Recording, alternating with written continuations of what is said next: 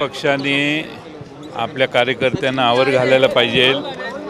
दुसऱ्या पक्षाच्या कार्यालयात जाऊन तोडमोड करणं हे जरा अतिरेक आहे आणि कोणत्याही परिस्थितीत या गोष्टीचा निषेध झाला पाहिजे। काँग्रेस पक्षाच्या कार्यालयावर हल्ला करणं आणि तिथं जाऊन तोडमोड करणं हे भारतीय जनता पक्षासारख्या एका सुसंस्कृत समजल्या जाणाऱ्या पक्षाकडून अपेक्षित नाही। आता गुंडागर्दीवर उतरण्याची आवश्यकता नाही।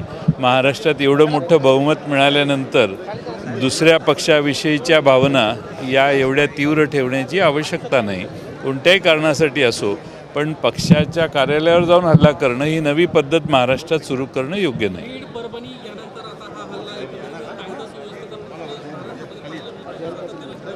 कायदा सुव्यवस्थेचा प्रश्न आहेच महाराष्ट्रात, नाही कोणी म्हटलं। आम्ही निवडणुकीच्या आधीपासून हेच सांगतोय की कायदा व सुव्यवस्था महाराष्ट्रातली पूर्णपणाने बिघडलेली आहे। परंतु एका बाजूला सभागृहामध्ये चर्चा होते आणि दुसऱ्या वेळा ज्यांचा गृहमंत्री असणारे किंवा मुख्यमंत्र्यांच्याच पक्षाची लोक हल्ला करतात।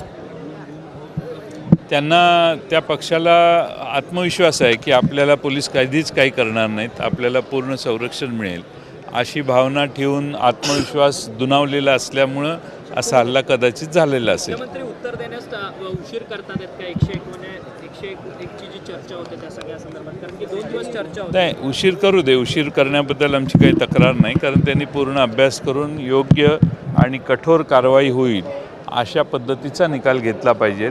आणि त्यांनी महाराष्ट्र साफ करण्यासाठी गुंडाराज जे चालू आहे ते पूर्ण दूर करण्यासाठी पूर्ण ताकदीनं उद्या चांगलं उत्तर द्यावं अशी आमची अपेक्षा आहे। देशमुखचा पोस्टमॉर्टम रिपोर्ट जो आहे तो आज विजयसिंह पंडित यांनी सीएसला विचारून आज सभागृहात एक भाषण सुद्धा केलं।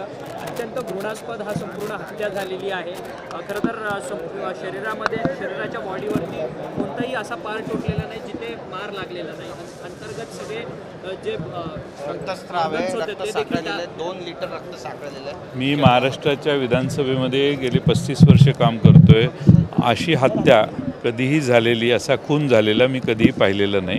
इतक्या टोकाची अतिरेकीपणाची विकृत स्वरूपाची भावना त्या भागातल्या काही गुंडांच्यात आहे आणि त्यांना कुणाचा तरी पाठिंबा आहे, तिथल्या राजकीय व्यक्तिमत्वाचा पाठिंबा आहे अशी भावना सगळ्या महाराष्ट्रात पसरलेली आहे।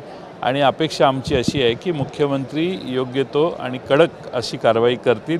मुख्यमंत्र्यांना महाराष्ट्रात कायदा व सुव्यवस्था टिकवायची असेल आणि जरब बसवायची असेल तर ही त्यांना संधी आहे। मुंबईत पालकमंत्री नाही आहेत, मंत्र्यांचे पोर्टफोलिओ दिले गेले नाही आहेत, कोणाचा अंकुश नाही आहे का या घटनेवरती? पोर्टफोलिओ अजून दिले गेले नाही। देतील ना ते, काय तुम्हाला का घाई आहे? कायदा सुव्यवस्था मंत्र्यांना घाई नाही, मंत्र्यांना घाई नाही, तुम्हाला का घाई आहे?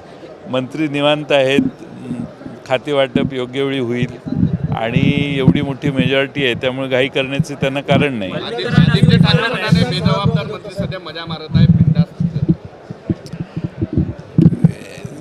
जर जबाबदारीच नसेल तर त्या बिचाऱ्यांनी तर काय करायचं? आमच्यात आणि त्यांच्यात काही फरक नाही आहे। आम्ही आमदार आहोत, ते मंत्री आहेत, पण काही जबाबदारी नसल्यामुळं त्यांना थोडा मोकळा वेळ मिळतोय।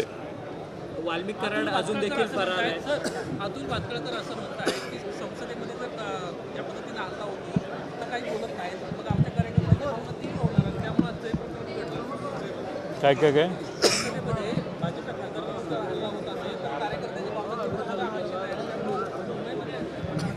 संसदेत घडलेला हल्ला मला काही खरा वाटत नाही।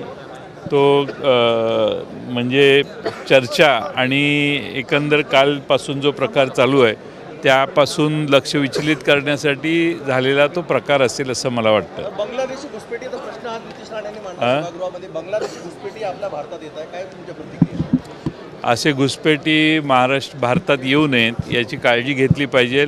बॉर्डर सीमा सुरक्षा दलाने पूर्ण काळजी घेतली पाहिजे। आणि जर कोणी आपल्या महाराष्ट्रात आणि भारतात येत असतील तर शेवटी आधी भारताचीच लोकसंख्या भरपूर झालेली आहे, तर आता ती लोकसंख्या वाढवण्यासाठी जर काही वेगळे वाममार्गाने प्रयत्न शेजारच्या देशांकडून माणसं येत असतील तर ती थांबवली पाहिजेत। भारताचीच लोकसंख्या एवढी मोठी झालेली आहे, आता अतिरिक्त लोकसंख्या अशी वाढवून देणं हे योग्य नाही आणि म्हणून अशा घुसपेटी थांबवल्या पाहिजेत। मुख्यमंत्र्यांनी आज केलेल्या भाषणामध्ये अजितदादा 1 दिवस मुख्यमंत्री होतील असं त्यांना शुभेच्छा दिल्या। चांगली गोष्ट आहे. त्यांनी शुभेच्छा दिल्या आहेत आणि महाराष्ट्राच्या मुख्यमंत्र्यांनी ज्या अर्थी दिलेल्या आहेत त्या अर्थी त्या खऱ्या ठरण्याची शक्यता जास्त आहे. त्यामागे कुठे करेक्ट कार्यक्रम तर नाही ना, त्यामागे कुठे करेक्ट कार्यक्रम तर नाही. जयंत पाटलांसाठी जे मंत्री त्यांना भेटा, तुम्ही त्यांना विचारा. मला गरीबाला का विचारताय? माझं काय, मला माहीत असतं तर मी तुम्हाला पहिल्यांदाच सांगितलं असतं. त्यामुळे अमोल मिटकरी येते मंत्रीपद काय माहिती, तो सरकारचा अधिकार आहे, मुख्यमंत्र्यांचा अधिकार आहे. त्यांना 4-6 जागा मोकळ्या ठेवल्या असत्या तरी काही बिघडलं नसतं, पण त्यांनी जवळपास सगळ्या भरून टाकल्यात. त्यामुळं तो त्यांचा मुख्यमंत्र्यांचा अधिकार आहे. त्याच्यात मी काही बोलणं योग्य नाही आणि ते कुणासाठी ठेवलेलं आहे याविषयी सत्तारूढ पक्षात चर्चा होणं जास्त व्हावं. आम्ही विरोधी पक्षातली माणसं, आम्हाला गरिबाला का त्रास देते? देश विदेशातील प्रत्येक घडामोडींचे लाईव्ह अपडेट मिळवण्यासाठी आता साम टीव्हीच्या सर्व सोशल मीडिया प्लॅटफॉर्मला लाईक, फॉलो आणि सबस्क्राईब करा. तसंच सर्व नोटिफिकेशनसाठी बेल आयकॉन प्रेस करायला विसरू नका.